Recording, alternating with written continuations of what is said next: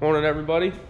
Just stopping over to my office to grab a chocolate milk. Working at the milking now. It's a little after 5 a.m.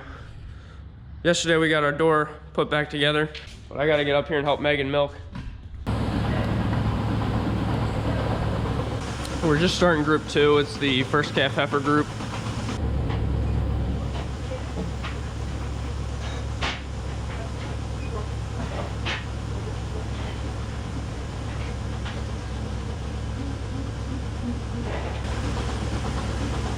With group 2, these are smaller cows, so we actually run a little more cows in the group.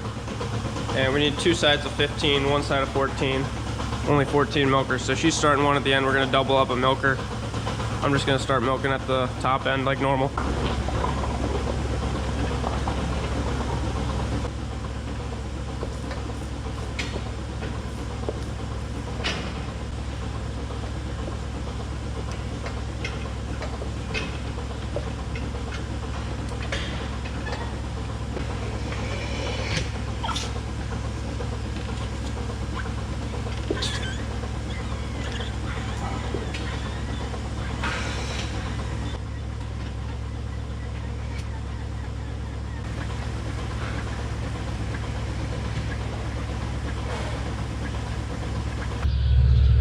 We're about to let out the first side of pen 2 to go back to their pen, so I gotta go close pen 1 up.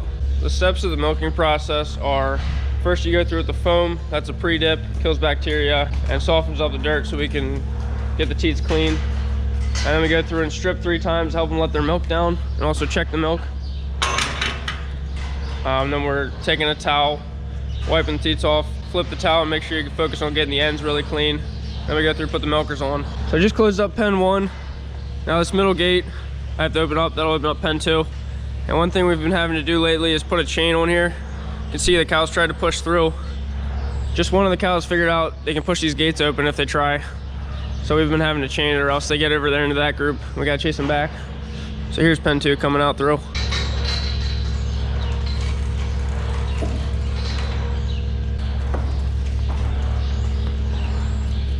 Four groups of about 40 cows, so they're fairly small groups. We're coming out and switching gates pretty often.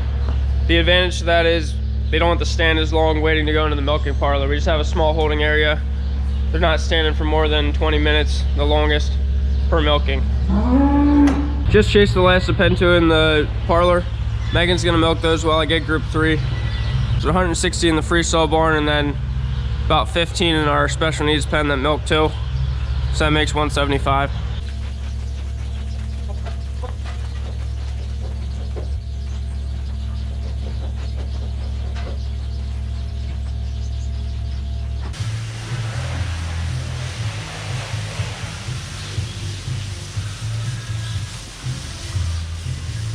Got everything cleaned up. Just closing this curtain. We like to keep it closed in the winter to keep the heat in the parlor.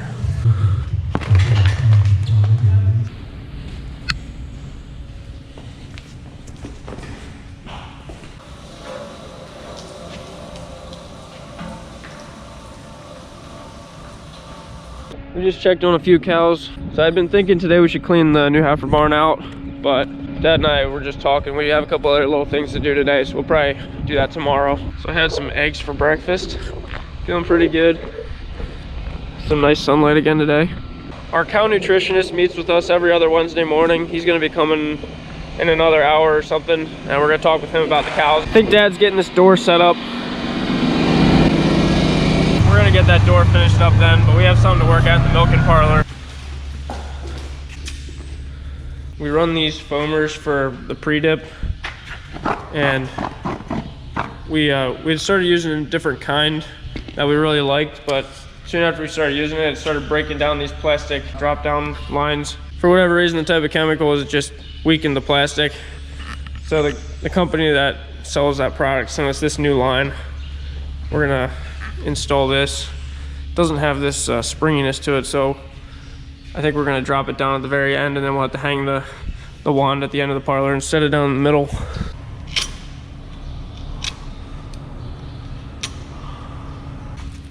Got some duct tape up here. We're gonna use zip ties. It'll be a little bit better. Just gonna extend this line out, add some more of that clear plastic down to the end, and then we'll put the green hose on it. There we go.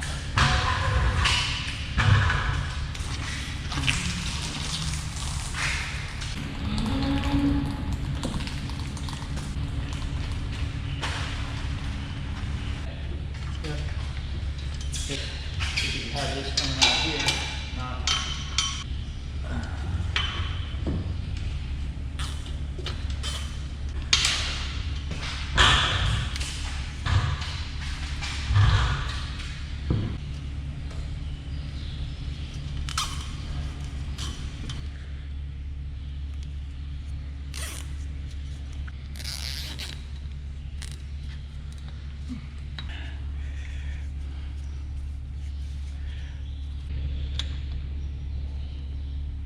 Okay. So right here, hang it right there. Yeah. It'll be kind of nice. It won't be hanging down in the center of the parlor when we're trying to swing milkers across and stuff. But yeah, it's now there's a hose sitting on the ground. We got 2 foamers. We do each half a cow separately. We just got 1 hose for now to make sure it works. So you can just dip the pre-dip, the liquid. We like to run through the foamer. It just it's supposed to help the liquid go a little farther. You get a little better coverage. The one thing I really like about these is you always have clean product coming in through the wand. If you have a dip cup, you're gonna be catching some dirt as you're going through and pre-dipping and passing it down through. So this way it kind of keeps it cleaner. And then the post-dip, we always just use the dip cup, but by then the cows are clean, so you don't really get dirt in the post-dip cup near as much. This is our pre-foam barrel in the utility room. So that foamer sucks it out of here through this little guy and then out into the parlor. I think it's working now. Might need to adjust a little bit, but it's giving foam. It's a little bit slow. So we're finishing up this door now, throwing some paint on it. And I gotta put this one roller on the top that was broken off. The other 2 are already on there.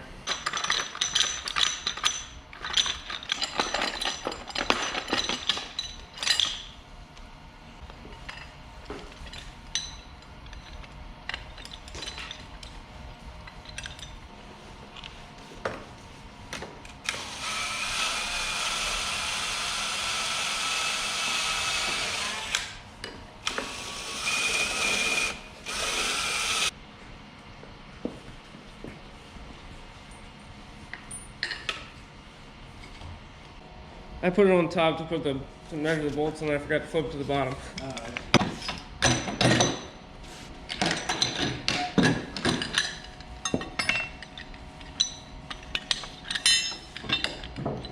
So we're working on finishing this door up. We just met with our nutritionist for half an hour or so. Just talking about how the cows are doing, always little things we can adjust, try. So I'm just attaching this. Gotta get these bolts up through and put the nuts on there. Yeah, we have a little issue there we have to fix. You want it to sink in a little? Yeah.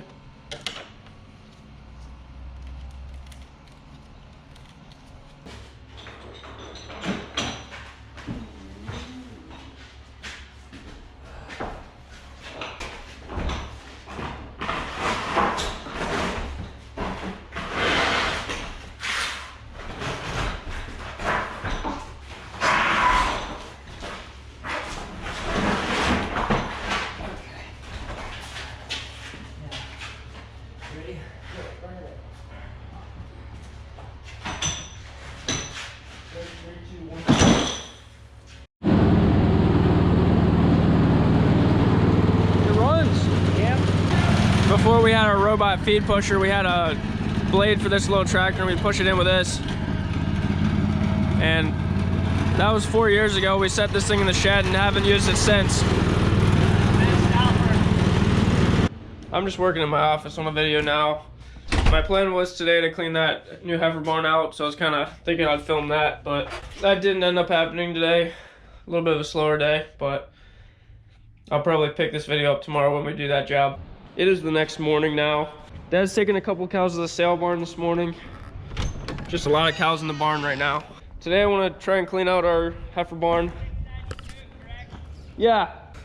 Fire up 7130, we'll go put fuel in it. It's supposed to be a warm one today. It's mid-December.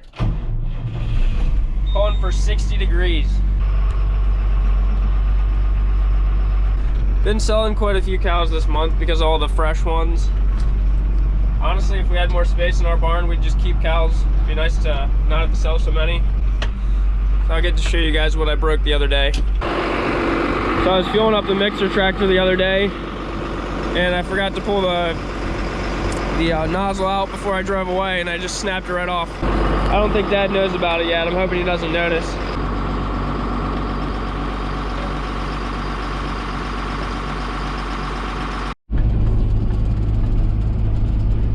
This will be the second time we're cleaning out the bed pack in the back of this barn.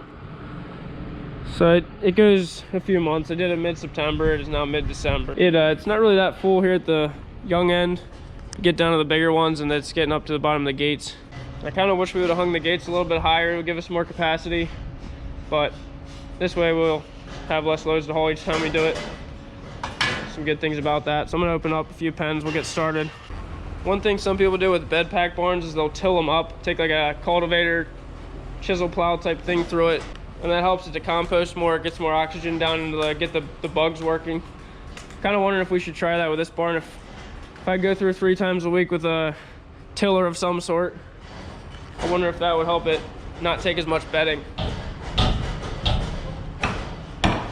Maybe it's not deep enough either. You probably need a couple feet of depth to really get that compost.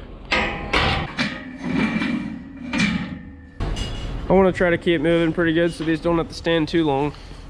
We put these little chains on the end of the gate so that we can clip them to the wall so they don't swing out.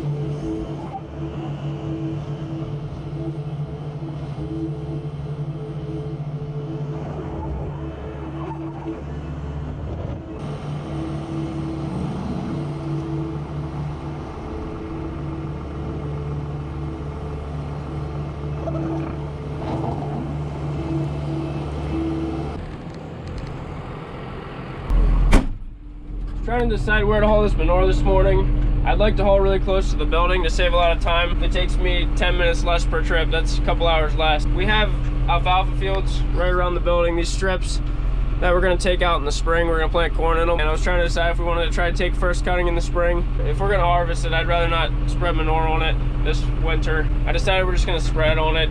It's kind of getting thin anyway. The alfalfa stand isn't that good.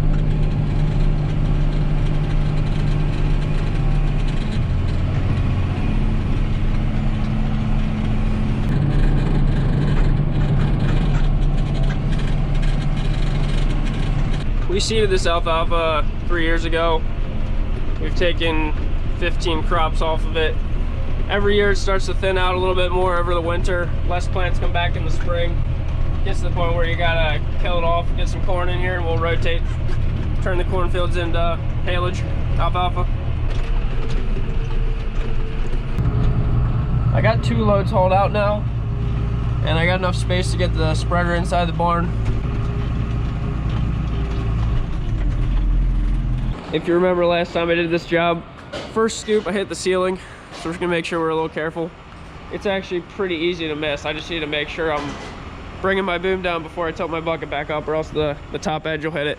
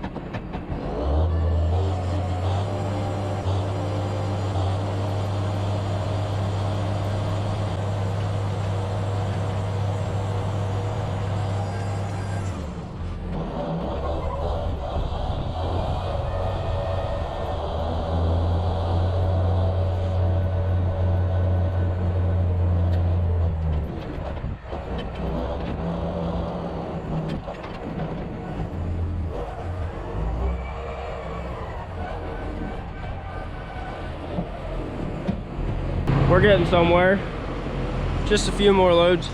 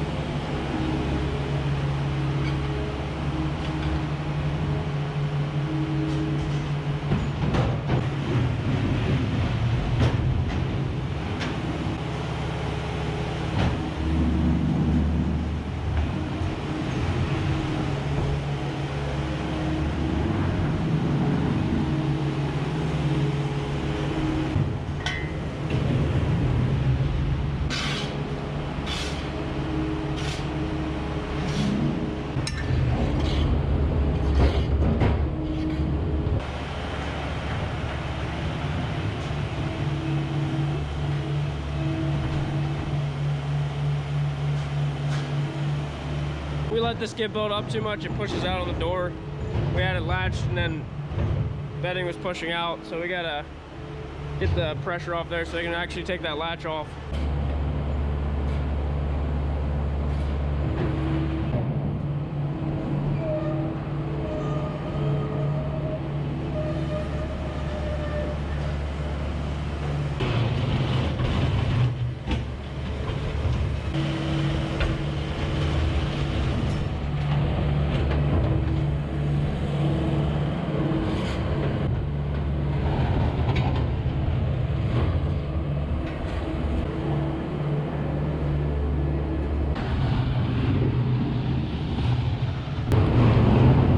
That'll do it.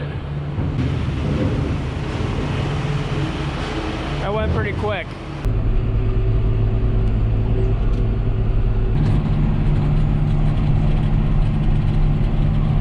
I'm gonna go park this unit. Dad's putting wood shavings in now. Took about 2.5 hours to do that job. Feels like May or October today. 60 degrees, sunny. To start mowing the yard again.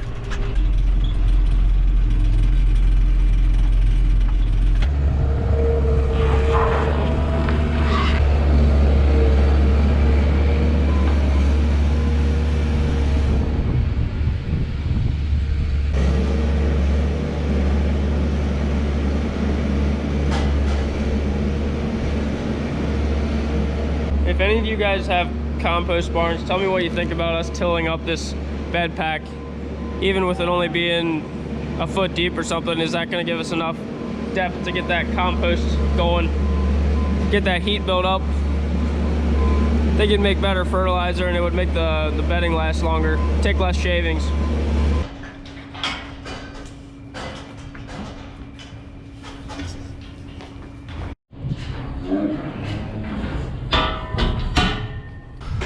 Oh, it's good to have that job done.